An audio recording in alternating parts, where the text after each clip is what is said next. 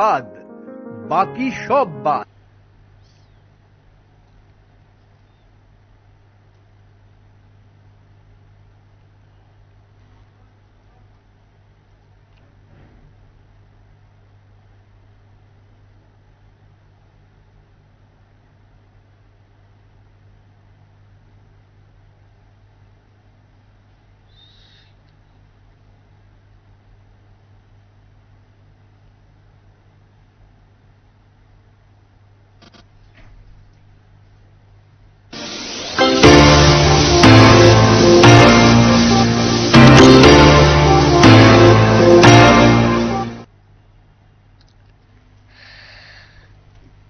আমার প্রিয় ছাত্রছাত্রীরা, আমরা আবার ঠিক সময়ে চলে এলাম দ্বাদশ শ্রেণীর বাংলা বিষয়ে। আজ আমরা পড়ব কাজী নজরুল ইসলামের নারী কবিতাটি। তাহলে আমরা বোর্ডে লিখছি কবিতা নারী।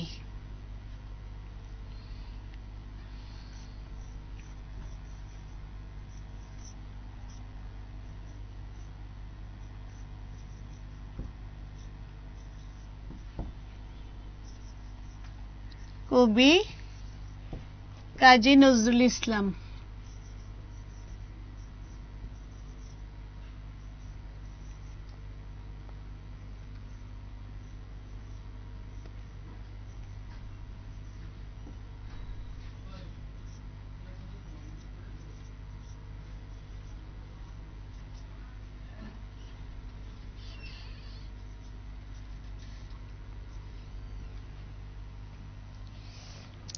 নারী কবিতাটি লিখেছেন কবি কাজী নজরুল ইসলাম। তো কাজী কবি নজরুল ইসলাম বাংলা সাহিত্যে বিদ্রোহী কবি হিসাবে পরিচিত। তো কবির সম্পর্কে আমরা একটু জেনে নিই। বর্ধমান জেলায় চুরুলিয়া গ্রামে 1899 সালে 22শে মে কবির জন্ম হয়। তাহলে কবির জন্মটা আমরা লিখে নিই।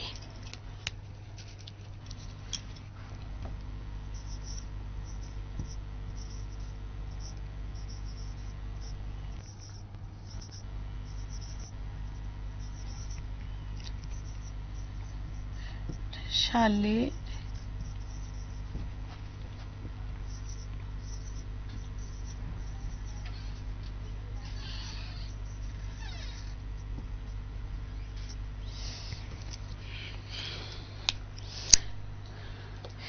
পিতা কাজী ফকির আহমদ, মাতা জাহেদা খাতুন। খুবই দরিদ্র পরিবারে কবির জন্ম।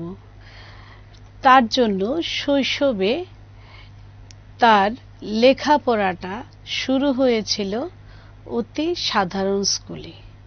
গ্রামের বিদ্যালয়ে তার লেখাপড়া শুরু হয়। তারপর তার পিতৃবিয়োগ হয় শৈশবে।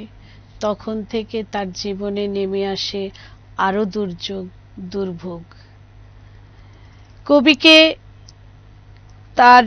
তখন তিনি বিভিন্ন কাজ করতে, ছোটবেলা থেকে বিভিন্ন কাজ করতে শুরু করেন। সেই কাজগুলো করতে গিয়ে জীবনে চলার পথে বিভিন্ন ধরনের অভিজ্ঞতা তিনি পেয়েছিলেন, যা আমরা পরবর্তী সময় তার লেখার মধ্যে, তার যে মনোভাব সেটার মধ্যে আমরা পেয়েছি। কবি 1917 সালে বাঙালি রেজিমেন্টে ভর্তি হয়েছিলেন বিশ্বযুদ্ধের চলাকালীন সময়। সেখানে তিনি খুব নিষ্ঠার সঙ্গে কাজ করেছিলেন, খুব কৃতিত্বের সঙ্গে কাজ করতেন এবং খুব অল্প সময়ের মধ্যে হাবিলদার পদে তিনি পদোন্নতি পেয়েছিলেন। সেনানিবাসে থাকাকালীন সময়ে তিনি তার সাহিত্য চর্চা এবং কবিত্ব সাধনার কাজ করে গেছেন। 1919 সালে সৈনিক জীবনের সমাপ্তি ঘটিয়ে তিনি কলিকাতায় চলে আসেন। 1920 সালে মুসলিম ভারত পত্রিকা প্রতিষ্ঠার পর সেইটার মধ্যে সেই পত্রিকায় তিনি সবসময় লিখতেন। 1921 সালে তার বিখ্যাত বিদ্রোহী কবিতাটি প্রকাশিত হয়। এই কবিতাটি প্রকাশিত হওয়ার পর কবি বিশেষ খ্যাতি এবং জনপ্রিয়তা পেয়েছিলেন। তিনি নবযুগ, ধূমকেতু, লাঙল প্রভৃতি পত্রিকার মধ্যে সম্পাদনাও করেছিলেন। এই তিনটি পত্রিকায় তৎকালীন ইংরেজদের আমলে রোষানলে পড়েছিল এবং তিনটি পত্রিকাই পরে বন্ধ হয়ে যায়। তিনি শুধুমাত্র কবিতাই রচনা করেননি, তিনি প্রবন্ধ, উপন্যাস, ছোট গল্প সবকিছুতেই তার দক্ষতা ছিল। গ্রামোফোন কোম্পানির সঙ্গে যুক্ত হয়ে তিনি বহু গান রচনা করেছিলেন এবং সুরও করেছিলেন, যা আজও আমাদের মধ্যে সাড়া জাগিয়ে দেয়, আমাদের মনে শান্তি দেয়, সেই নজরুল গীতিগুলো। কবির 1921 সালে আরেকটি ঘটনা হলো, তিনি কারাগারেও গিয়েছিলেন। তার সে বিখ্যাত গান কারারই লৌহ কপাট ভেঙে ফেল করলে লোপাট, সেই গানটা তখন যেমন বাঙালির হৃদয়ের মনে গেঁথেছিল এবং তারা যেমন উদ্দীপিত হয়েছিল দেশমাতৃকাকে মুক্ত করার জন্য। এই বিদ্রোহী কবির এই গানগুলো খুব কাজে লেগেছিল। উল্টো দিকে ইংরেজরাও চিন্তিত হয়ে পড়েছিল। তো এই ধরনের গানকে সবাই খুব সুন্দরভাবে নিয়েছিল এবং তৎকালীন সময় খুব সময় উপযোগী হয়েছিল কবির লেখা কবিতা এবং গান। তার সাহিত্য সাধনার স্বীকৃতি স্বরূপ কলকাতা বিশ্ববিদ্যালয় থেকে তাকে জগত্তারিণী উপাধি দেওয়া হয়েছিল এবং কলকাতা বিশ্ববিদ্যালয় থেকে এবং ঢাকা বিশ্ববিদ্যালয় এবং রবীন্দ্র ভারতী বিশ্ববিদ্যালয় থেকে তিনি ডিলিট উপাধি পেয়েছিলেন। ভারত সরকার তাকে পদ্মভূষণ উপাধি দিয়েছিলেন। তো কবির লেখা কিছু কাব্যগ্রন্থ, বিখ্যাত কিছু কাব্যগ্রন্থের মধ্যে আছে অগ্নিবীণা, সাম্যবাদী, সর্বহারা, ঝিঙে ফুল, বিষের বাঁশি, ভাঙার গান, প্রলয় শিখা, চন্দ্রবিন্দু, সন্ধ্যা, পুবের হাওয়া, শেষ সৌগাত। কিন্তু শেষ সময়টা তার ছিল বড়ই করুণ। তিনি পক্ষাঘাতে একদম বাকরুদ্ধ হয়েছিলেন। দীর্ঘ সময় তিনি এরকম অসুস্থ হয়ে পড়েছিলেন। অবশেষে বাংলার এই বিদ্রোহী কবি 1976 সালের 29শে আগস্ট বাংলাদেশে পরলোক গমন করেন। 1976 সালে মৃত্যু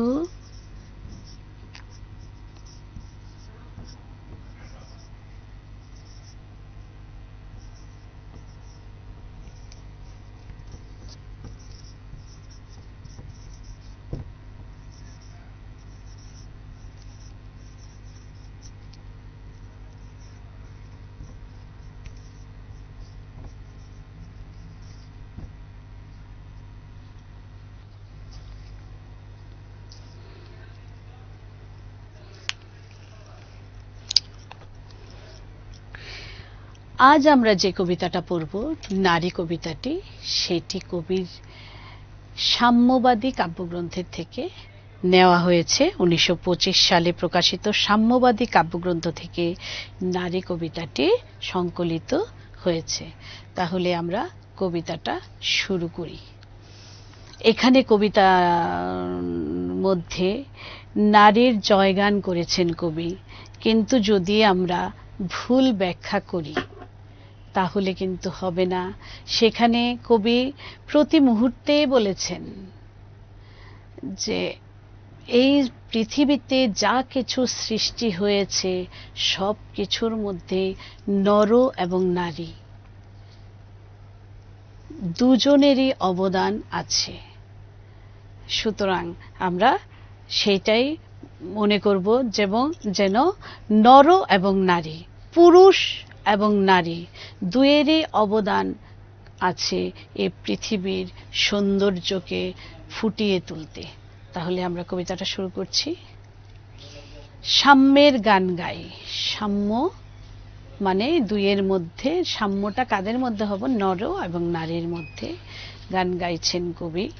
আমার চক্ষে পুরুষ রমণী কোনো ভেদাভেদ নাই, বিশ্বে যা কিছু মহান সৃষ্টি চিরকল্যাণকর, অর্ধেক তার করিয়াছে নারী, অর্ধেক তার নর।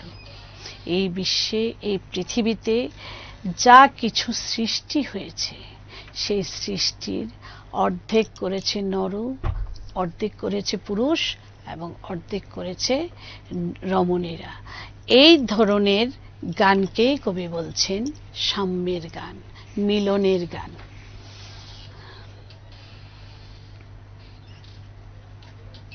বিশ্বে যা কিছু এলো, পাপ তাপ বেদনা অশ্রু বাড়ি, অর্ধেক তার আনিয়াছে নর, অর্ধেক তার নারী। বিশ্বে যা কিছু এসেছে, আগের লাইনে আমরা পড়েছি যা কিছু সৃষ্টি হয়েছে, যা কিছু নতুন এসেছে, সে সৃষ্টির মধ্যে অর্ধেক কৃতিত্ব পুরুষের, অর্ধেক কৃতিত্ব নারীর। তারপরেই আবার দেখো, বিশ্বে যা কিছু এলো, পাপ তাপ বেদনা অশ্রু বাড়ি, অর্ধেক তার আনিয়াছে নর, অর্ধেক তার নারী। তাহলে এই পৃথিবীতে দুঃখ যে এসেছে, ধ্বংস যে এসেছে, পাপ এসেছে, চোখের জল এসেছে, ব্যথা বেদনা দুঃখ কষ্ট, তারও অর্ধেক কৃতিত্ব দায়িত্ব নরর এবং অর্ধেক দায়িত্ব নারীর। নরকুণ্ড বলিয়া কে তোমা করে নারী হেয় জ্ঞান, তারে বলো আদি পাপ নারী নহে, সে যে নর শয়তান। সে এখানে বলছেন কবি, নরকুণ্ডে বলে তোমাকে কে হেয় প্রতিপন্ন করার চেষ্টা করছে, তোমাকে ছোট করার চেষ্টা করছে। কে তোমাকে নরকুণ্ড বলছে? তাকে বলো আদি পাপ নারী নহে, নারী নয়, সে যে নর শয়তান। সৃষ্টির আদিতে যখন আদম ইবকে ঈশ্বর পাঠিয়েছিলেন, তখন শয়তান হিসাবেও পাঠানো হয়েছিল এক নরকে। সুতরাং পাপ করেছিল সে,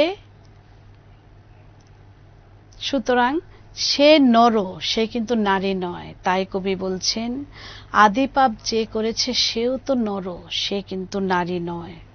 অথবা পাপ যে, শয়তান যে, নর নহে নারী নহে, ক্লীব সে, তাই সে নর ও নারীর সমান মিশিয়া রহে।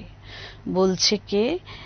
পাপ যে, শয়তানই সে, সেই শয়তান, নর নয় নারী নয়, ক্লীব সে। ক্লীব মানে কাপুরুষ, সে কাপুরুষ, তাই সে নর ও নারীতে কি হয়েছে? সমান মিশিয়ে আছে। এ বিশ্বে যত ফুটিয়াছে ফুল, ফলিয়াছে যত ফল, নারী দিল তাহে রূপ রস মধু গন্ধ সুনির্মল। এই পৃথিবীতে যত ফুল ফল, মানে ফুল সুন্দর, সুন্দরের প্রতীক, এবং ফল মানে শস্য শ্যামলায় ভরে তুলেছে, নারী দিল তারে রূপ রস গন্ধ মধু গন্ধ সুনির্মল। তাজমহলের পাথর দেখেছ, দেখিয়াছ তার প্রাণ, অন্তরে তার মমতাজ নারী, বাহিরেতে শাহজাহান। তাজমহল স্মৃতিসৌধ আগ্রাতে, দিল্লির কাছেই আগ্রাতে অবস্থিত। মমতাজের সেই স্মৃতিসৌধটা বানিয়েছিলেন কে? শাহজাহান। শাহজাহানের বেগম মুমতাজ বলছেন, তাজমহলের পাথর দেখেছো? নুড়ি পাথর দিয়ে তৈরি তাজমহলটা কে বানিয়েছিলেন? শাহজাহান বানিয়েছিলেন। কিন্তু তার অন্তরে কে আছে? মুমতাজ আছে, তার বেগম আছেন। তাই তিনি তাকে ভালোবাসার প্রতীক হিসাবে সেই স্মৃতিসৌধটা তিনি বানিয়েছিলেন। তাহলে শাহজাহানের বেগম মুমতাজই এখানে শ্রেষ্ঠ। মুমতাজের জন্যই সেইটা মনে করে তাজমহলকে বানিয়েছিলেন শাহজাহান। জ্ঞানের লক্ষ্মী, গানের লক্ষ্মী, শস্য লক্ষ্মী নারী, সুষমা লক্ষ্মী নারী ফিরেছে রূপে রূপে সঞ্চারী। বলছে জ্ঞানের লক্ষ্মী, জ্ঞানের লক্ষ্মী মানে কি? সম্পদ। গানের লক্ষ্মী, শস্য লক্ষ্মী, সবকিছুই নারী। সুষমা লক্ষ্মী নারী ফিরেছে রূপে রূপে সঞ্চারী। সবখানে নারীদেরই ভূমিকা। পুরুষ এনেছে দিবসের জ্বালা তপ্ত রৌদ্র দাহ, কামিনী এনেছে যামিনী শান্তি সমীরণ বারিদাহ। বলছেন কবি, পুরুষ কি এনেছে? দিবসের জ্বালা তপ্ত রৌদ্র দাহ। দিনের বেলা তার সেই পরিশ্রমের সবকিছু ফলস্বরূপ সে এনেছে। কামিনী এনেছে, কামিনী এখানে নারী জাতি, স্ত্রী এনেছে। যামিনী শান্তি, রাত্রির শান্তি, সমীরণ বাতাস এবং বারিদাহ বৃষ্টি, সেই কিছু দিয়ে শান্ত করার চেষ্টা। তাহলে নারীর ক্ষমতা অনেক বেশি। দিবসে দিয়াছে শক্তি সাহস, নিশীথে হয়েছে বধূ। পুরুষ এসেছে মরু তৃষালয়ে, নারী যোগায়েছে মধু। দিনের বেলা পুরুষকে চলার জন্য শক্তি দিয়েছে, রাতের বেলা সে ঘরের বধূ। পুরুষ এসেছে মরু তৃষালয়ে, নারী যোগায়েছে মধু। শস্য ক্ষেত্র উর্বর হলো, পুরুষ চালালো হল। শস্য ক্ষেত্র উর্বর কি করে করলো? পুরুষ লাঙল চালিয়ে সেই জমিটাকে উর্বর করে তুলল। নারী সেই মাঠে শস্য রূপিয়া করিল সুশ্যামল। নারী সেই মাঠের মধ্যে, পুরুষ যে কর্ষণ করেছেন সেই মাঠের মধ্যে শস্য রোপণ করে সেটাকে শস্য শ্যামলা করে তুলল। নর বাহে হল, নারী বহে জল, সেই জল মাটি মিশে ফসল হইয়া ফলিয়া উঠিল সোনালী ধানের শিশি। নর কি করছে? লাঙল দিচ্ছে জমির মধ্যে, নারী বহে জল, নারী জল বয়ে আনছে, সেই জল মাটি মিশে ফসল হইয়া ফলিয়া উঠিল। সে জল এবং মাটি মিশে ফসল তৈরি হলো জমির মধ্যে, সোনালী ধানের শীষে। ধানে ভরে গেল, সোনালী ধান মানে ধান পেকে গেছে। তাহলে প্রথম দিকে যাই আমরা পেলাম যে বিশ্বের যা কিছু মহান সৃষ্টি তার মধ্যে অর্ধেক নরর কৃতিত্ব, অর্ধেক নারীর কৃতিত্ব। তাহলে এটা আমরা বুঝতে পারছি তো? প্রতিটা লাইনের মধ্যে কবি সেই কথাগুলোই বলেছেন। এখানে স্বর্ণ রৌপ্য ভার, নারীর অঙ্গ পরশ লোভিয়া হয়েছে অলংকার। সোনা রূপা এগুলো নারীর অঙ্গের পরশে কি হয়েছে? সুন্দর করে অলংকার তৈরি হয়েছে। নারীর বিরহে নারীর মিলনে নর পেল কবি প্রাণ। নারীর বিরহে, যখন বিরহ হয় বা মিলন হয়, তখন নর মানে পুরুষের মুখ দিয়ে কবিতা বের হয়, কবি প্রাণ, কবিতা বেরিয়ে যায়। যত কথা তার হইল কবিতা, শব্দ হইল গান। তার যত কথা, নারীর যত কথা, সেগুলো সবগুলো হলো কবিতা, আর শব্দগুলো হয়ে গেল কি? গান। নর দিল ক্ষুধা, নারী দিল সুধা, সুধা ক্ষুধা সুধায় ক্ষুধায় মিলে জন্ম লভিছে মহামানবের মহাশিশু তিলে তিলে। নর নারীর মিলনে যে মহাশিশুর জন্ম হয়, সে মাতৃগর্ভে যে সন্তান থাকে, 10 মাসের সে সন্তানকেও মাতৃগর্ভে ধারণ করেন নারী। তাহলে কত মহান নারী যে একজন মহা শিশুর জন্ম দেন উনি। জগতের যত বড় বড় জয়, বড় বড় অভিযান, মাতা ভগ্নী ও বধূদের ত্যাগে হইয়াছে মহীয়ান। জগতের যত বড় বড় অভিযান, যুদ্ধ বলো, বিগ্রহ, যা কিছুই বলো, বড় বড় জয় লাভ করেছেন কোনো অভিযানে গিয়ে কোনো পুরুষ, তার পেছনে কারা আছে একটু যদি তার ইতিহাসটা আমরা জানি, তবে কি জানবো, মাতা ভগ্নী বধূদের ত্যাগে হইয়াছে মহীয়ান। সেই পুরুষ জয় লাভ করেছেন, মহীয়ান মানে মহান হয়েছেন, তা কোনো মা বা তার স্ত্রী বা ভগ্নী, যে কারোর দ্বারা, যে কোনো নারীর দ্বারা সে প্রেরণা পেয়েছিল। কোন রণে কত খুন দিল নর, লেখা আছে ইতিহাসে। কিন্তু কোন যুদ্ধে কোন পুরুষ জয়লাভ করেছে বা শহীদ হয়েছেন, সেইটা ইতিহাসে লেখা থাকে। কত নারী দিল সিঁথির সিঁদুর, লেখা নাই তার পাশে। কিন্তু কত নারীর সিঁথির সিঁদুর মুছে গেছে, সেটা তো লেখা থাকে না ইতিহাসে। লেখা থাকে বীর যোদ্ধাদের বীরত্বের কাহিনী। হয়তো তিনি জয়লাভ করেছেন বা হয়তো তিনি পরাজিত হয়ে শহীদ হয়েছেন, সেইটা লেখা থাকে ইতিহাসে। কিন্তু তার পেছনে কোনো নারীর ভূমিকা অবশ্যই ছিল। সেই নারী হয়তো তার মা, হয়তো তার বোন বা হয়তো তার স্ত্রী। সেই নারীর কি ভূমিকা ছিল, সেই নারীকে, সেই সম্পর্কে ইতিহাসে কখনোই কোনো লেখা থাকে না। কত মাতা দিল হৃদয় উপারি, কত বোন দিল সেবা।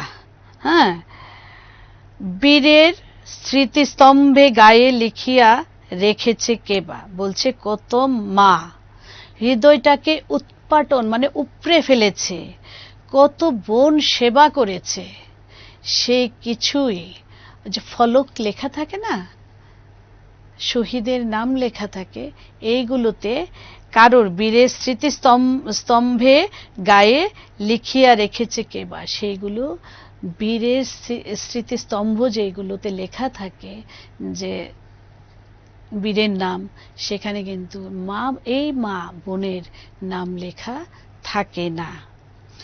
কোনো কালে একা হয়নি কো জয়ী, পুরুষের তরবারি, প্রেরণা দিয়াছে, শক্তি দিয়াছে বিজয় লক্ষ্মী নারী। কোনো কালে, কখনোই, কবি বলছেন, কখনোই কোনো পুরুষ তার তরবারি দিয়ে জয় লাভ করতে পারেনি কোনো নারীর প্রেরণা ছাড়া। বিজয় লক্ষ্মী নারী, তাকে বিজয়ী করতে পারেনি কোনো নারীর প্রেরণা ছাড়া। রাজা করিয়াছে রাজ্য শাসন, রাজারে শাসিল রানী, রানীর দরদে ধুইয়া গিয়াছে রাজ্যের যত গ্লানি, মানে ক্লান্তি বা অবসাদ। রাজা রাজ্য শাসন করছে, রাজাকে রানী শাসন করছেন, কিন্তু রানীর দরদে, রানীর ভালোবাসায় ধুইয়ে গিয়েছে রাজ্যের যত ক্লান্তি অবসাদ ছিল, সেগুলো সব ধুয়ে মুছে গেল। এখন কবি বলছেন, পুরুষ হৃদয়হীন মানুষ করিতে নারী দিল তারে আধেক হৃদয় ঋণ, ধরায় যাদের যশ ধরে নাকো অমর মহামানব, বরষে বরষে যাদের স্মরণে করি মোরা উৎসব। বলছেন পুরুষ হৃদয়হীন, পুরুষ নারীকে উদ্দেশ্য সিদ্ধির জন্যই কাজে লাগান। কিন্তু বছর বছর কোনো পুরুষ যখন বরণীয়, কোনো স্মরণীয় ব্যক্তিত্ব পুরুষ, যখন পুরুষকে আমরা যখন স্মরণ করি বছরে বছরে, কোনো উৎসব করি আমরা, হ্যাঁ, তখন কিন্তু আমরা শুধু সেই পুরুষের গুণগানই গাই।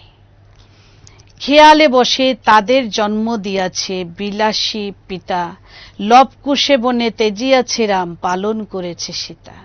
কি সুন্দর একটা উদাহরণ এনেছেন কবি। বলেছেন যে পিতা, জন্মদাতা পিতা, কিন্তু লালন পালন করতে হয় তার মাকে। মা একজন নারী, সেই নারীকে, তার সন্তানকে বড় করতে হয়, লালন পালন করতে গিয়ে অনেক চড়াই উতরাই পার করতে হয়। কবি এখানে খুব সুন্দর একটা উদাহরণ দিয়েছেন, লবকুশের উদাহরণ।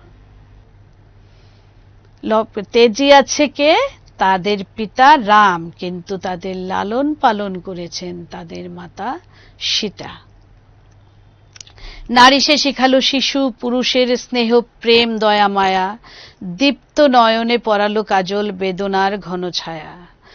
নারী শিশু এবং পুরুষকে কি শেখালো? স্নেহ, প্রেম, ভালোবাসা, এগুলো সবকিছুই শিখিয়ে দিল। অদ্ভুত রূপে পরুষ মানে কঠোর নির্দয় পরশ পুরুষ করিল সে ঋণ শোধ, বুকে করে তারে চুমিল যে, তারে করিল সে অবরোধ। বলছে সে পরশ পুরুষ করিল সে ঋণ শোধ, সেই ঋণ শোধ করলো কঠোর নির্দয় পুরুষ। হ্যাঁ, বুকে করে তারে চুমিল যে, তারে করিল সে অবরোধ। তিনি নর অবতার, মানে মানুষের প্রতিমূর্তিতে, হ্যাঁ, তিনি অবতার, দেবতা মিশ্রিত আর কি, মিশ্রিত রূপে এটা মানুষের প্রতিমূর্তির কথা এখানে বলেছেন কবি। পিতার আদেশে জননীরে যিনি কাটেন হানি ও কুঠার, পার্শ্ব ফিরিয়া শুয়েছেন আজ অর্ধনারীশ্বর। পিতার আদেশে জননীকে কঠিন কাটেন কি দিয়ে? কুঠার দিয়ে। পার্শ্ব ফিরিয়া শুয়েছেন আজ অর্ধনারীশ্বর। অর্ধনারীশ্বর এখানে বলা হচ্ছে কাকে? হরগৌরীর মিলিত রূপকে বলা হচ্ছে অর্ধনারীশ্বর। নারী চাপা ছিল এতদিন, আজ চাপা পড়িয়াছে নর। নারী এতদিন চাপা ছিল, চাপা ছিল মানে তৎকালীন সামন্ততান্ত্রিক যুগে, তখন পুরুষতান্ত্রিক সমাজ ব্যবস্থায় নারীদের অবদমিত করে রাখা হতো। অবলা নারী, নারী মানে অবলা, সেইটাই বিশ্বাস করা হতো। প্রতিবাদ করার কোনো ক্ষমতা বা ভাষা তাদের ছিল না। শুধু প্রতিবাদ কেন, কোন কাজটা তাকে করতে হবে, তার মনের মতো একটা কাজ সে করবে, সেই কাজ করার অধিকারটাও তার ছিল না। কিন্তু এখন এই কবিতায় আমরা পেয়েছি, কবি বলছেন সে যুগ হয়েছে বাসি। সে যুগটা বাসি হয়ে গেছে, পুরনো হয়ে গেছে, সেই দিন চলে গেছে। সে যুগে পুরুষ দাস ছিল না কো, নারীরা আছিল দাসী। সে যুগে কিন্তু পুরুষরা দাস ছিল না, কিন্তু নারীদের দাসী হিসাবেই দেখা হতো। বেদনার যুগ, মানুষের যুগ, সাম্যের যুগ আজি। আজ কিসের যুগ? মানুষের যুগ, সাম্যের যুগ, মিলেমিশে থাকব। কেহ রহিবে না বন্দি কাহারও, উঠিবে না ডঙ্কা বাজি।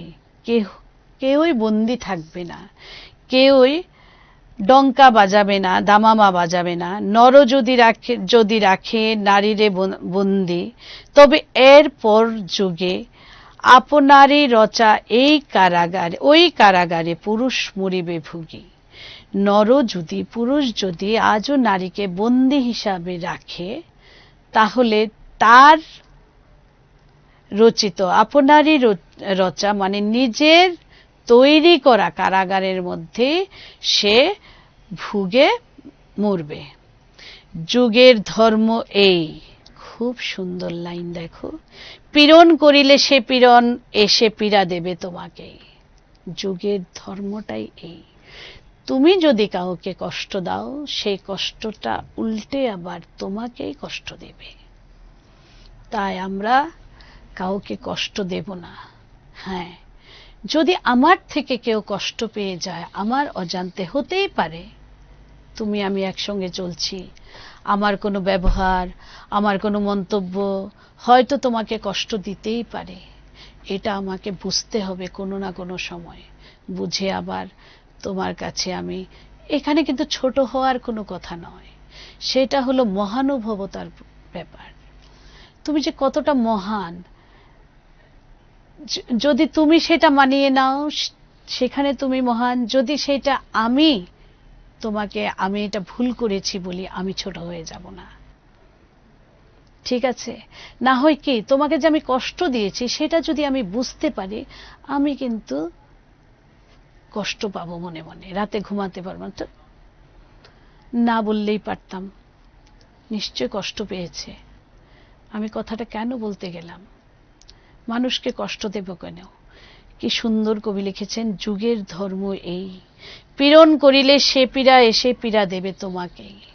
সুতরাং আমরা এমন ভাবে চলবো, অজ্ঞানে অনেক কিছু হতে পারে, কিন্তু সজ্ঞানে আমরা কাউকে কখনোই কোনো ব্যথা দেব না মনের মধ্যে। শোনো মর্তের জীব, অন্যের যত করিবে পীড়ন, নিজে হবে তত ক্লীব। বলছে মর্তের জীবদের কবি বলছেন, তোমরা অন্যকে যত পীড়ন করিবে, কষ্ট দেবে, তুমি ততই কাপুরুষ অক্ষম হয়ে যাবে। স্বর্ণরূপ্য অলঙ্কারের যক্ষপুরীতে, যক্ষপুরী কোনটা, যক্ষরাজ কুবেরের রাজধানী বা প্রাসাদ, যক্ষপুরীতে নারী করিল তোমায় বন্দিনী, বলো কোন সে অত্যাচারী। বলো স্বর্ণ রূপ দিয়ে একদম ভর্তি যক্ষরাজের যে রাজপ্রাসাদ, সেখানে তোমাকে কে বন্দী করেছে, বলো সে অত্যাচারী কে। আপনারে আজ প্রকাশে তব নাই সে ব্যাকুলতা, আজ তুমি ভীরু আড়ালে থাকিয়া নেপথ্যে কও কথা। আপনারে আজ প্রকাশের তব নাই সে ব্যাকুলতা, তোমাকে প্রকাশের ব্যাকুলতা তোমার মধ্যে নেই, তুমি আজ ভীরু আড়ালে থেকে কি নেপথ্যে কথা বলছো। চোখে চোখে আজি চাহিতে পারো না, হাতে রুলি পায়ে মল, মাথার ঘুমটা ছিঁড়ে ফেলো নারী, ভেঙে ফেলো ও শিকল। কবি কি বলছেন, চোখে চোখে আজি চাহিতে পারো না, হাতে রুলি পায়ে মল, হাতে রুলি মানে বালা, পায়ে মল দেওয়া আছে, মাথার ঘুমটা ছিঁড়ে ফেলো নারী, ভেঙে ফেলো ও শিকল। তোমার পায়ের বেরি তুমি সব কিছু ছিঁড়ে ফেলো, মাথার ঘুমটা সেটা সরিয়ে দাও, যেটা দিয়ে তুমি চোখে দেখতে পাচ্ছ না তোমার সামনের ভবিষ্যৎকে, তোমার জন্য কোন পথ অপেক্ষা করছে যেটাকে তুমি দেখতে পাচ্ছ না, সব কিছু তুমি ছিঁড়ে ফেলে দাও। যে ঘুমটা তোমার করিয়াছে ভীরু, ওরাও সে আবরণ, যে ঘুমটা তোমাকে ভীরু করে রেখেছে, তুমি যেহেতু দেখতে পাচ্ছ না, হঠাৎ কারেন্ট চলে গেলে বাচ্চারা ভয় পায়, সে কিছু দেখতে পাচ্ছে না, অন্ধকার, তো মাথায় এরকম ঘুমটা থাকলে সে ঘুমটার আড়ালে থেকে নারী তো ভীতুই হবে, ঠিক না। ওরাও সেই আবরণ, দূর করে দাও দাসীর চিহ্ন, আছে যত আভরণ। তুমি দাসীর চিহ্ন, সেই মল, হাতের রুলি, সেগুলো দিয়ে বেঁধে রেখেছে তোমাকে, সেগুলো তুমি দূরে সদাও। এখানে আভরণ অলংকার, আছে যত আভরণ। ধরার দুলালি মেয়ে, পৃথিবীর দুলালি মানে আমরা মানে দুলালি শব্দটা আদরের থেকে এসেছে, দুলালি মেয়ে, আদরের মেয়ে, ফিরো না তো আর গিরিদরি বনে, মানে পর্বতের গুহায়, শাখী বনে গান গেয়ে, মানে শাখাযুক্ত গাছে গান গাও। কখন আসিল প্লুটো যমরাজ, নিশিত পাখায় উড়ে। প্লুটো যমরাজ, যমরাজের কথা বলছে, নিশিত পাখায় উড়ে, রাত্রে কখন এসে যমরাজ উড়ে এলো। ধরিয়া তোমায় পুরিল তাহার আধার বিবর পুরে, মানে অন্ধকার গর্তের মধ্যে প্লুটো যমরাজ কখন এসে তোমায় মানে অন্ধকার গর্তে তোমাকে ভরে দিল, বিবরপুর মানে অন্ধকার গর্তে পুরে দিল। সেই সে আদিম বন্ধন তব, মানে প্রথম বন্ধন, সে হতে আছো মরি। সেই সে আদিম বন্ধন, তোমাকে যে আটকে রাখা হয়েছে নারী, সে নারী হিসাবে তোমাকে, তোমার অপরাধ একমাত্র তুমি নারী, সেই হিসাবে যে তোমাকে আটকে রাখা হয়েছিল প্রথম থেকে, সে প্রথম বন্ধন, সে হতে আছো মরি। আজও তুমি সেখানে মরে আছো, সেইভাবেই আছো। মরণের পুরে নামিল ধরায় সেই দিন বিভাবরী, সেই দিন কি হয়েছিল, রাত্রি, অন্ধকার নেমে এসেছিল। ভেঙে জমপুরি নাগিনীর মতো আয় মা মাতাল ফুরি, আধারে তোমায় পথ দেখাবে মা তোমারই ভগ্ন চুরি। বলছেন কবি, আহ্বান জানাচ্ছেন সেই নারীকে, ভেঙে জমপুরি নাগিনীর মতো আয় মা মাতাল ফুরি, পাতাল হ্যাঁ, মাতালপুরী আধারে তোমার পথ দেখাবে মা, তোমারই ভগ্নচুরি তুমি পাতাল ফুরি, নাগিনী যেমন সাপ যেমন মাটি ফেরে ফুরে উঠে আসে, আধারে তোমার পথ দেখাবে মা, তোমারই ভগ্নচুরি, তোমার এই বালাগুলো তোমাকে পথ দেখাবে। পুরুষ জমের ক্ষুদার কুকুর মুক্ত পদাঘাতে, লুটায়ে পড়িবে ও চরণ তলে দলিত জমের সাথে। এতদিন শুধু বিলালে অমৃত, আজ প্রয়োজন যবে। এতদিন তুমি কি বিলিয়েছ? অমৃত বিলিয়েছ, আজ প্রয়োজন যবে। যখন যে হাতে পিয়ালে অমৃত, পান করলে অমৃত, সে হাতে কৌটো বিষ দিতে হবে।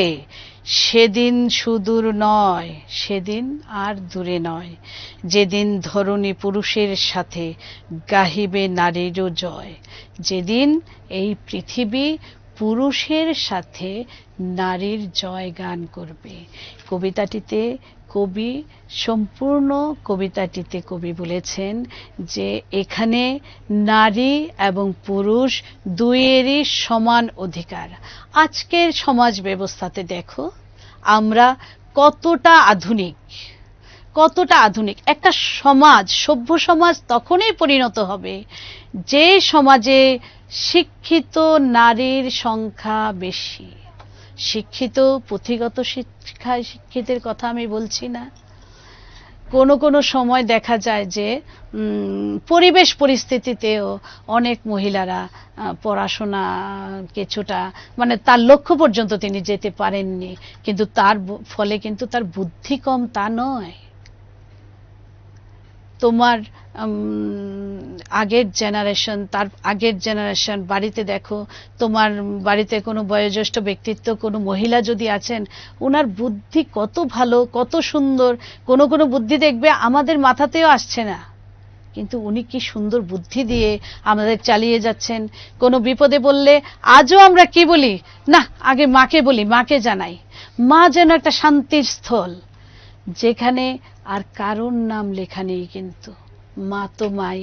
ছোটবেলা থেকে আমার মাও বোধহয় এই কথা শুনে এসেছিলেন, আমিও সেই কথা শুনে বড় হয়েছি। শুনে কেন বড় হয়েছি বলবো, সেইটা তো আমি প্রমাণও পেয়েছি বারবার, আজও আমি প্রমাণ পাই। এবং তোমরাও নিশ্চয়ই আমার এই কথাতে বিশ্বাস রাখো এবং প্রমাণ পাচ্ছ। মা তো মাই। তাহলে মা তো একজন নারী। সেই নারী কত রকম ঝড় ঝঞ্ঝা পার করে তার শিশু সন্তানকে বড় করে তোলেন। এখানে পিতার দায়িত্ব আছে, কর্তব্য আছে, উনিও পালন করেন, কিন্তু মা যে কি একটা শান্তির স্থল, সেইটা পিতা যখন একজন মায়ের সন্তান তিনিও স্বীকার করেন। তিনিও একজন পুরুষ, তিনিও এক বাক্যে স্বীকার করবেন, হ্যাঁ আমার মা এ পৃথিবীর শ্রেষ্ঠ, মায়ের কোনো তুলনা হয় না, তিনি একজন নারী। তো আমরা যদি এইভাবে কবিতাটাকে দেখি, তাহলে দেখবে সব সময়, বিশেষ করে বাংলা সাহিত্যের বেলা কবিতা বা গল্প যখনই আমরা পড়ব, যে সহজ করে বোঝার জন্য নিজের ওপর দিয়ে নেব, তখন দেখবে উদাহরণটাও অনেক সহজ হয়ে গেছে, আমাদের বুঝতে অনেক ভালো লেগেছে। তাহলে আমরা এখন একটু প্রশ্নগুলো নিয়ে আলোচনা করি। তো আর আবার সে আগের কথা, সেটা হলো সেটা হলো কি, আমাদের একটি পূর্ণাঙ্গ বাক্যে উত্তর দাও। আমি কিন্তু তোমাদের বারবার বলছি পূর্ণাঙ্গ বাক্যে কিন্তু উত্তর দেবে। কোথায় উত্তর দেবে? পরীক্ষার খাতায় কিন্তু পূর্ণাঙ্গ বাক্যে উত্তর দেবে। আমরা ক্লাস 11-12-এ পড়ি, আমাদের এখন বাংলা সাহিত্যের মধ্যে যে গল্প এবং কবিতাগুলো আছে সেগুলো কিন্তু আমাদের চলার পথে অনেক কাজে লাগবে। আজ আমি সেই ছোট্টটি নই যে ছড়াগুলো মুখস্থ করলাম, খুব ভালো লাগলো, আমি কি বুঝলাম না বুঝলাম সেইটা না, রিদমটা যাতে, ছন্দটা যাতে ঠিক থাকে সেইটাই। আজ কিন্তু আমার বুঝে চলার দিন, যেটাই পড়ব সেইটাই আমার জীবনে চলার পথে যাতে আমাকে সাহায্য করে সেইভাবেই পড়ব, সেইভাবেই বুঝে পড়ব। ঠিক আছে, তাহলে আমরা এখন প্রশ্নগুলো নিয়ে আলোচনা করি। পূর্ণাঙ্গ বাক্যে উত্তর দাও। নারী কবিতাটির রচয়িতাকে আমরা অবশ্যই পারি এই উত্তরটা, কবি কাজী নজরুল ইসলাম। নারী কবিতাটি কোন কাব্যগ্রন্থ থেকে নেওয়া হয়েছে? সাম্যবাদী। বিশ্বে যা কিছু মহান সৃষ্টি চিরকল্যাণকর, কল্যাণকর শব্দের অর্থ কি? মানে মঙ্গলজনক, মঙ্গলময়, এরকম আর কি। আদি পাপ নারী নহে, আদি পাপের অধিকারীকে? মানে শয়তান। শয়তান নর রূপী শয়তান ছিল। নারী কবিতায় নারীকে কিসের কিসের লক্ষ্মী হিসাবে চিহ্নিত করা হয়েছে? জ্ঞানের লক্ষ্মী, গানের লক্ষ্মী, শস্যের লক্ষ্মী। সাম্যের গান গায় বলতে কবি কি বুঝিয়েছেন? নারী পুরুষের সমান অধিকারের কথা কবি এখানে বুঝিয়েছেন। কামিনী এনেছে, কামিনী শব্দটির অর্থ কি? কামিনী নারী। পাশ ফিরে আজ কে শয়ন করেছেন? অর্ধনারীশ্বর। ওরাও সে আবরণ, কোন আবরণটিকে উড়িয়ে দিতে বলেছেন কবি? ঘুমটা, যে ঘুমটা নারীকে ভীরুতে পরিণত করে সেই ঘুমটাটাকে ফেলে দিতে বলেছেন। নিশিত পাখায় উড়ে কে আসলো? প্লুটো যমরাজ। মরণের পুরে কি নামলো পৃথিবীতে? বিভাবরী নামলো। বিভাবরী শব্দের অর্থটা হলো বিভাবরী, রাত্রি।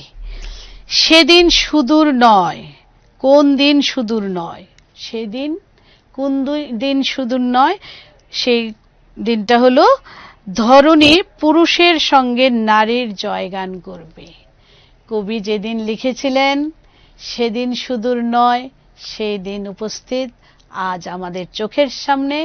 আজ আমরা এই সভ্য সমাজেরই নারী ও পুরুষ। ঠিক আছে, তাহলে অনেক প্রশ্ন আছে, আমি কয়েকটা প্রশ্ন আনলাম, মানে উত্তরগুলো কিভাবে দেবে বা একটু তোমাদের এইগুলো বুঝিয়ে দেওয়ার জন্য। এবার হলো 3 মানের প্রশ্ন। সাম্যের গান গাই, আমার চোখে পুরুষ রমণী, আমার হবে সেটা, আমার চোখে হবে, আমর হয়েছে, আমার চোখে পুরুষ রমণী, কোনো ভেদাভেদ নাই। পংক্তি দুটির ব্যাখ্যা করো। এখানে কবি বলছেন সাম্যের গান, কাদের নিয়ে সাম্যের গান গাইছেন কবি? নারী ও পুরুষের সমান অধিকারের কথাই কবি এখানে এই কবিতাতে বারবার বলেছেন। কোনো ভেদাভেদ নেই। এই বিশ্বে যা কিছু সৃষ্টি হয়েছে অর্ধেক তার কে করেছেন? নর অর্থাৎ পুরুষ, আর অর্ধেক করেছেন নারী। ঠিক আছে, তাহলে এই এবং যা কিছু বিশ্বে পাপ তাপ বেদনা অশ্রুবাড়ি তারও অর্ধেক আনিয়াছে কে? দুঃখ বেদনা যন্ত্রণা যা কিছু এই পৃথিবীতে আনা হয়েছে সেগুলো কে করেছে? এনেছে পুরুষ অর্ধেক এবং অর্ধেক নারী। তারপর হলো বিশ্বে যা কিছু এলো পাপ তাপ বেদনা অশ্রুবাড়ি, অর্ধেক তার আনিয়াছে নর, অর্ধেক তার নারী। হ্যাঁ, পাপ তাপ বেদনা অশ্রুবাড়ি বলতে কবি কি বুঝিয়েছেন? প্রসঙ্গ উল্লেখ করে ব্যাখ্যা করো। এটা পৃথিবীতে ধ্বংস সৃষ্টি আছে, যখন ধ্বংস আছে, ধ্বংস মানে দুঃখ, এবং নারীরা সেই সময়, কবি যেই সময়ের কথা বলছেন সেই আগে নারীরা অত্যাচারিত, অপমানিত, পদদলিত, শুধু স্বার্থসিদ্ধি কাজের জন্য তাদের ব্যবহার করা হতো। কিন্তু পরবর্তী সময় সেইটা যাতে না হয় সেদিকেই কবি আহ্বান করেছেন। নারীদের সম্পূর্ণ মুক্তভাবে উঠে আসতে বলেছেন কবি এখানে। তারপর দেখো 3 নম্বরটা দেখো, জ্ঞানের লক্ষ্মী, গানের লক্ষ্মী, শস্য লক্ষ্মী নারী, সুষমা লক্ষ্মী নারী ফিরেছে রূপে রূপে সঞ্চারী। তাহলে কি বলছেন যে কিসের কিসের সম্পদ হিসাবে নারীকে বলেছেন? জ্ঞানের লক্ষ্মী, বুদ্ধির লক্ষ্মী, গানের লক্ষ্মী, শস্যের লক্ষ্মী, শস্য শ্যামলার লক্ষ্মী। শস্য শ্যামল কর্ষণ করে মাটি পুরুষ, সেইটাকে শস্য রোপণ করে কে নারী, গানের লক্ষ্মী, সুষমা, সৌন্দর্য, বিদ্যার অধিষ্ঠাত্রী, সবকিছুই সব দিকেই লক্ষ্মী নারী। সেই নারীকেই বলেছে যে কবি এখানে আহ্বান করেছেন যে সবকিছুতেই নারী, নারী ব্যতীত এই পৃথিবীর সৌন্দর্য, এই পৃথিবী সভ্য কোনো মতেই সম্ভব নয়। ঠিক আছে, তারপর হলো লবকুশে বনে তেজিয়াছে রাম, পালন করেছে সীতা। আলোচ্য পংক্তিটির মাধ্যমে কবি কোন মানসিকতা ফুটে উঠেছে? কবি এখানে বলেছেন যে রাম এবং সীতার দুই পুত্র লবকুশ, এদের ত্যাগ করেছেন রাম কিন্তু জন্মের আগে, কিন্তু সীতা তাদের লালন পালন করেছেন এবং বড় করেছেন। এখানে নারী হিসাবে, মায়ের ভূমিকা হিসাবে কতটা দেখিয়েছেন এখানে কবি। এই সুন্দর একটা উদাহরণ দিয়েছেন কবি যে রাম তো তাদের কোনো খোঁজ খবর নেননি পিতা হিসাবে, কিন্তু একজন মায়ের দায়িত্ব কত সুন্দরভাবে তিনি পালন করেছেন। তাদের লবকুশকে বড় করতে গিয়ে সীতার দুঃখ দুর্দশা আমরা মোটামুটি সবাই জানি। আমরা রামায়ণের কিছু কিছু গল্প কাহিনী আমরা পড়েছি এবং এখন তো টিভিতে সিরিয়াল হিসেবে দেখানো হয়, আমরা সবাই জানি। কিন্তু সীতা তো তাদের ত্যাগ করতে পারেননি। এখানে একজন মা, একজন নারীর ভূমিকা কবি আবার এর মাধ্যমে আবার বুঝিয়েছেন একজন নারী কি না করতে পারেন। সেদিন সুদূর নয়, সেদিন সুদূর নয়, যেদিন ধরুন পুরুষের সাথে গাহিবে নারীরও জয়। লেখক আর সরি কবি বলছেন সেদিন আর দূরে নয়, যেদিন কবি নারীর জয়গান পুরুষের সাথে এই পৃথিবী করবে। নারী পুরুষ সমান কাজে সমানভাবে কাজ করবে। এই কাজটা নারীরা পারে না সেটা হবে না, সেটাও করবে নারীরা। পুরুষ যেভাবে কাজ করছে, পুরুষ যেই জায়গায় যাচ্ছে সেই জায়গায় যাবে, মানে প্রতি পদক্ষেপে সমানে সমানে চলবে নারী ও পুরুষ। সেই দিন দূরে নয়। সেই দিনের সুফল হয়তো জানি না কবি কতটা পেয়েছেন, কিন্তু আজ আমরা সেই সুফল পাচ্ছি। যুগে যুগে নারীরা, কবি বলেছেন, শক্তি ধরেছেন, অন্যায়ের প্রতিবাদ করেছেন দৃপ্ত কণ্ঠে। তাই কবি বলেছেন অলঙ্কার স্বরূপ শিকলের গণ্ডি ভেঙে বেরিয়ে আসতে। আরো বলেছেন যক্ষপুরীর ওই গণ্ডি কেটে বন্দি দশা থেকে নিজেকে মুক্ত করে বেরিয়ে আসতে। দাসীর সমস্ত চিহ্ন ছুঁড়ে ফেলে দিতে তিনি নারীদের আহ্বান করেছেন। তারপর বলেছেন পুরুষ হৃদয়হীন, কবির এই উক্তির কারণ কি? পুরুষ হৃদয়হীন, এখানে দেখো কবিতাটির, পুরুষ হৃদয়হীন, মানুষ করিতে নারী দিল তারে আধেক হৃদয় ঋণ। মানুষ করিতে কবি বলেছেন নারীরা অর্ধেক তাকে হৃদয় ঋণ দিয়েছিল, কিন্তু পুরুষ কি করেছে? পুরুষ মানে নারীর উদ্দেশ্য সিদ্ধির সহায়ক যন্ত্র হিসাবে আগে ব্যবহৃত হতো, কিন্তু তাই কবি পুরুষকে কি বলেছে? হৃদয়হীন।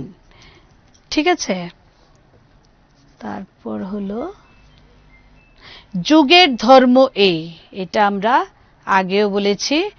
যুগের ধর্ম এই, যুগের ধর্মটা কি? যে অপরকে পীড়ন করে সে পীড়া এসে তাকেই পীড়ন দেয়। হ্যাঁ, কবি চান নারীর সর্বাঙ্গীন মুক্তি। নারীরা অত্যাচারিত অবহেলিতই ছিল, অবলা নারী। তাদের বলার কোনো সাহস, প্রতিবাদ করার কোনো সাহস, নিজের মতো চলার কোনো সাহস ছিল না। এটাকে দৈন্যদশাই বলবো। এই দশা থেকে মুক্ত হওয়ার জন্য কবি বারবার নারীদের আহ্বান করেছেন। তিনি বলেছেন যে অন্যকে যদি পীড়া দেয় তবে সেই পীড়া এসে তোমাকেই পীড়ন দেবে, সেইটাই হলো যুগের ধর্ম। তুমি যদি অন্যকে দুঃখ দাও, অন্যকে কষ্ট দাও, তাহলে সেই কষ্টটা তুমি একদিন পাবে। তারপর হলো শব্দ হইল গান। শব্দ হইল গান হলো সমাজের কাজকর্মের দিকে লক্ষ্য করলে দেখা যায় নর এর চেয়ে নারীর ক্রিয়াশীলতা বা কর্মক্ষেত্র সব কিছুতে, মানে কোনো কিছুতে তারা কম না, কিন্তু নরের চেয়ে নারী কোনো অংশে কম না। কোনো একটা সামাজিক কোনো একটা অনুষ্ঠান, সেখানে নারীর ভূমিকাও কিন্তু অনেক বেশি, শুধু পুরুষের ভূমিকাও না, নারীরা খুব ক্রিয়াশীল। হ্যাঁ, কর্মক্ষেত্র ছাড়াও সেইভাবে মনোবিকাশের সৃজনশীলতার ক্ষেত্রেও নারীর দান অনেক অনেক বেশি। তাই তখন নারীর কথাগুলো হয়ে যায় কি কবিতা, এবং শব্দ হয়ে যায় গান। ঠিক আছে? কত নারী দিল সিথির সিঁদুর, লেখা নাই তার পাশে। তার মানে কোনো যুদ্ধে যখন পুরুষ জয় লাভ করে, বা কোনো যুদ্ধে যখন কোনো বীর নিহত হন, দেখা যায় কোন ইতিহাস ঘাটলে তার পেছনে একজন নারীর ভূমিকা থাকে। তিনি প্রেরণাদাত্রীর কাজ করেন, কিন্তু তার কথা তো ইতিহাস লেখে না। কত রমণীর স্বামী মারা যান, কিন্তু তার স্মৃতির সিঁদুর মুছে যায়, কিন্তু তার জীবনের যে একটা বড় অধ্যায়ের পরিসমাপ্তি ঘটল, ইতিহাস কোনোদিন সেদিকে তাকায় না। ঠিক আছে? আচ্ছা, তাহলে গেল এটা। এখন ছয়ের মান, ছয়ের মানটা দেখো। সাম্যের গান, এখানে তো আমি আরেকটা কথা তোমাদের বলছি, এখানে আমরা যে প্রশ্নগুলো দেখলাম, তিনের মানের যে প্রশ্নগুলো, এখানে যে লাইনগুলো আছে, সেই লাইনগুলোর কিন্তু ছয়ের মানেও আসতে পারে। তো তিনের মানে তো সব সময় আমরা দেখি যে একটাই প্রশ্ন আসে, প্রসঙ্গ উল্লেখ করো বা তাৎপর্য, মানে যে কোনো একটা প্রশ্নই আসে। ছয়ের মানে যখন আসবে সেটা কিন্তু একদম সোজাসুজিও আসতে পারে, আর যদি কোনো লাইন তুলে প্রশ্ন আসে সেটা বেশিরভাগই সেটা কি হয়, ভেঙে ভেঙে আসে, স্টেপ মার্কিং হয়। তাহলে ওই যে লাইনগুলোর তিনের মানের যে প্রশ্নগুলো দিলাম, ওই লাইনগুলো কিন্তু সবগুলো প্রশ্ন ছয়ের মানেও তোমরা দেখবে। ঠিক আছে? এখন ছয়ের মানের ওই যেমন একটা প্রশ্ন দেখো, সাম্যের গান গাই। এখানে সাম্যের গান, কে সাম্যের গান গাইছেন? কবি কাজী নজরুল ইসলাম।